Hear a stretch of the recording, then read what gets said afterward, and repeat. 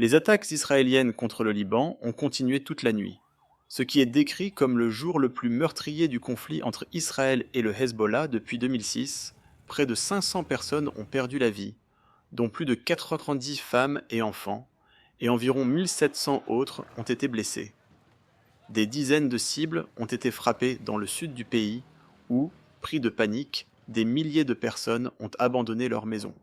Le Hezbollah, lourdement armé et soutenu par l'Iran, a subi de lourdes frappes mais reste un groupe puissant. Il n'a pas encore déployé ses armes les plus sophistiquées, y compris des missiles guidés de précision capables de frapper profondément à l'intérieur d'Israël.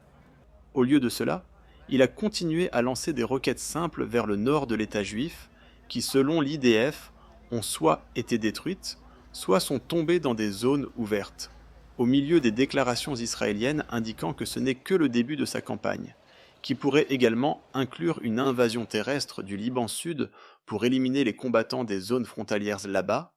La peur que ces attaques puissent plonger le Moyen-Orient encore plus profondément dans le chaos a poussé la Turquie à appeler la communauté internationale à intervenir. Il est essentiel que toutes les institutions responsables maintiennent la paix et la sécurité, en particulier le Conseil de sécurité des Nations Unies, mais aussi que la communauté internationale prenne les mesures nécessaires sans délai, a déclaré un communiqué du ministère turc des Affaires étrangères.